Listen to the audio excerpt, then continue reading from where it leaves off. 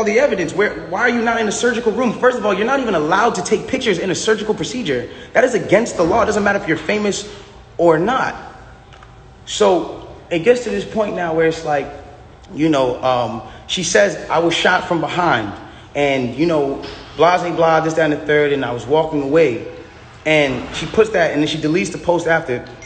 But that contradicts with the first post, because you said somebody came out to hit you with malicious harm and danger, to put you in harm and all this danger and all this stuff. How can you identify who's shooting at you if you're facing the other way? How can you even identify criminal or malicious intent if you're not seeing what's going on behind you? That doesn't even make sense. And so it's like, I'm looking at this and I'm just like, yo, this is not right. Like, and I do see when people are getting at her, and there's times when I'm like, damn, like, do I help her or do I speak up and say, yo, don't talk about her, whatever the case is, but if I do that, then it's like I'm coming off like I'm guilty. And then if I say something about having remorse, like I would like to, or saying something about certain things, it's like I come off like I'm guilty of something that I didn't do. So I had to be quiet on certain places. Now, I need y'all to really take this in and understand like how this works at this point. When all this starts happening, LA Times, okay, this is put in public information. LA Times puts out an article. And in the article, they say, this is the initial report. 2 sources close to the investigation said that she got cut by glass. And she said that she got cut by glass. So then it's like, people see that, okay, hold on. They're saying on the initial police report with Officer Santiago, whatever his name is, you can go look this up. This is on LA Times. That's when it gets to this point where it says, okay, they reported no gunfire wound in her foot. They just reported a woman with a foot injury. So you got to understand, like, this is what's in their initial police report. Fuck all the Instagram, fuck the other shit. This is just what's in the police report. So you got to understand, like, I'm getting to a point where I'm like, wow, I'm looking at this and I'm like, wow, like, at the end of the day, like, maybe some people might see this, maybe some people might not. It gets to academics, it gets to academics, it gets to Hollywood Unlocked, it gets to certain places, right? And she comes out with this tweet that says, keep talking and I'm gonna stop sparing you. It's like, my love, I have not been on the internet for 3 months. And then 30 minutes later, she just goes on live. And it's like me telling you, yo, keep talking, my nigga, and I'm gonna slap you. And then I just slap you. It's like, you didn't do anything for me to slap you. I just slapped you. So it's like, who was talking to who? Who are you saying to keep talking to? I don't understand. Whatever. It gets past this point. And it gets to a place where now she says, I'm going to stop sparing you, whatever the case. She gets on live. Now, because it got on academics that there was no gunfire wound on the initial report, everyone starts going to her page. Again, she starts reacting to certain things. Now, I'm going to say one thing. I'm not getting mad at her or whatever it is, because I understand that she is dealing with a lot. Like, when it comes down to, you gotta understand, she lost both of her parents, and I do sympathize with that. I lost my mother, and when I lost my mother, I realized one thing. When you lose a parent, you could be highly susceptible to people around you that are giving you parental guidance or things that feel like parental guidance, to believing that it is parental guidance, and you go with it. That's happened to me. I've been at that place where I've listened to a lot of people that led me down the wrong road because it felt like parental guidance that I should have been getting from my mother or my father that at that time wasn't around, or whatever the case is. So now it gets to this point now, whatever the case is, boom, she comes out and she goes, listen, you guys and, all this extra shit, this nigga keep talking about me. And I'm in the back, I'm over here watching this like, yo, what did I say? I didn't say nothing. I said nothing to you. It's nothing. This nigga keep talking about me, bro. And so, you know what? Now we just gonna do it. This nigga Tory shot me, bro. This nigga shot me. He shot me. She gets into it. This nigga shot me. She starts breaking down the story. And I want y'all to pay close attention to how she breaks down the story. Okay? Really pay close attention. She breaks down the story and she says, yo, I'm arguing. I'm in the car. I'm arguing with this nigga. I'm tired of arguing with this nigga. We get into a heated argument. I'm tired of arguing with this nigga. I get out the car. This nigga get out the car, and he starts shooting me. For no reason, he starts shooting me. So boom, then the cops pull us over and da-da-da-da. Hold on, let's take the first facts back for what she just said. So you mean to tell me that you're in a car with a person and this person is arguing with you? This person has gotten you to a place of like, yo, I don't even want to be around you. Like, I'm above this. I'm out of here. You get out of the car because the heated argument is so heated. And then this person gets out and shoots you in both of your feet. And you jump back in the car? Why would you jump back in the car with a dangerous man who just did a dangerous crime to you, who did this criminal intent to you and all this? Why? Why would you jump back in the car? Well, yo, then the police pull us over and I see, you know what I'm saying? We're all black in the car. There's a gun in the car. So I don't even want to be like, you know what I'm saying? I don't want nobody to get in more trouble. And I'm trying to protect this man. I'm trying to protect this man because at the end of the day, it's niggas getting shot out here. She then throws the black card at me. I'm trying to protect this black man. My love, nobody ever reported that you got shot but you. So how are you trying to protect me? At what point were you trying to protect me? At what point? Like, you know I got a child. You know that these type of situations, even an accusation, is something that I can't even be playing with. I don't even play with my life like that. So why would that, that to me just doesn't make sense. Okay, cool. Yo, I lied to the cops. I lied to the doctors. Let me tell you why they saying there's glass in my feet, though. Because I lied to the cops. I lied to the doctors. I lied to this, that, and the third.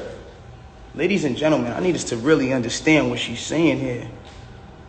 You mean to tell me that these medical doctors that are in an ambulance that work on-site injuries 24/7 for all day, that have to know every type of on-site injury, the specifications on the type of on-site injuries, so they can treat it right? You mean to tell me you lied to these people and they just treated you for glass when you had a bullet in you?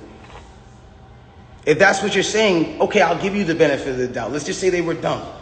You mean to tell me that the cops who were called for a gunshot in a Suburban or whatever the car was, found that same Suburban and found a gun in it, see you leaking, and didn't check you for bullet wounds? I'll give you the benefit of the doubt and say they were dumb. You then further said, yo, I'm at cotton mouth like a motherfucker smoking all day. You then say, oh, well, I was trying to protect this black man, so I never said nothing. I didn't want them to shoot me. I didn't want them to kill me. Okay, but when me and Kelsey and Quan were over there being questioned, you were in a stretcher. No one is going to shoot you in a stretcher. You had plenty of time to tell the cops that you were in danger. You had plenty of time. I'm not protecting somebody who just heinously shot me after a conversation that we just had. My mind is not on protecting you. I'm bleeding from my feet. I'm thinking about protecting my own life and I'm in danger. Why would you not say that with 2 feet bleeding from 2 bullet holes, from what you're saying? I don't understand that. And then there's this whole narrative of, you know, like, I didn't want to put this black man on you know, I didn't want to get him in trouble. Like, you know what I'm saying? I'm protecting this man and he keeps talking. And so now, you know, he keeps getting his media team to start doing certain things to make me look incredible and to smear me. And to make him look good and to make it look like I'm not. Hold on. Ladies and gentlemen, have I been around in the last 3 months saying anything? Have you seen in the last 3 months one article that made me look good during this? One? Have you seen it? You haven't seen it nowhere. Because at the end of the day, my PR team is not out here playing with my jeopardy of my life and freedom. Y'all are doing this for the internet. This is my life. I'm the only person with the case. So at the end of the day, when you sit here, y'all, like, I'm not going to jeopardize my son. Even if I know, regardless of what I know, it will come to light, and the truth will come to light. And no issue with that. I have no issue with that. But I need y'all to understand, like, I'm a human being, bro. Like, this shit hurts, bro. Seeing my friends, people that I had on quarantine radio, be people that were just like my real, like, at least people I thought were my friends, like people I thought were like cool people, like, you know what I'm saying? And it's like, yo, everybody just shunned me. I showed everybody love at the top of the year. Everybody was on quarantine radio, hee hee ha ha ha. And the second y'all have an accusation, not even evidence, niggas just come bash me. I'm somebody who just, I don't get a say. Then I understand. Sometimes the way I move is unconventional. you know? And I came to a place where I was dealing with so much just talk and heat and just people coming at me that I made music because I was like, this is how I can speak through what I gotta do. This is how I can.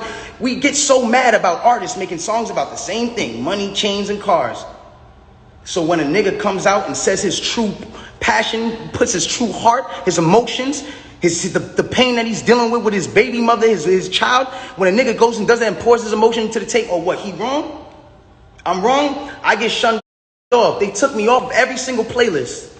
They took me off of every playlist. They didn't want my story to come out. They didn't allow my story to come out because it came off insensitive. I came off insensitive to people. Now I want to speak on this. I don't ever want anybody to ever think that I've been insensitive to Breonna Taylor. I marched 9 days straight in Miami for her and George Floyd. I would never, bro, I've mourned this woman as well. And everyone said, listen, we're mourning a black woman today and you dropped an album? How dare the disrespect? Guys, let's bring this back. That day that I dropped that album, my mom, that was her birthday. And that was also the day she died. So I was also mourning a black woman, my mother. That meant a lot to me. My name is Daystar. I'm her youngest son. That meant a lot to me. And all I was doing was giving a truthful album about what I'm going through. And I thought that people were going to be able to hear it and feel me. But they didn't do that. And I don't expect, everyone to just jump into my side because at the end of the day, I didn't deserve that for the way that I handled this. There's been insensitive things that I've done and I apologize for, as far as me not talking to y'all, addressing y'all, coming to y'all sooner and saying, yo, bro, I ain't do this, my nigga. But y'all got to understand the reason why I wasn't able to do that. Once they made this an actual thing, I immediately called the lawyer and was just like, yo, what can I do here? Because there's times I was like, I'm going to just say the whole story right now. They need to know. No, you're not allowed to talk. I will handle that for you in the court of law. So at that point, it gets to a standpoint where it's like, my bad, my shit dry as a mole. But look. It gets to a point where it's like, I'm sorry that right now, like, this is getting me a little riled up. It's just like, I'm a human being, bro. Like, I feel what you niggas feel.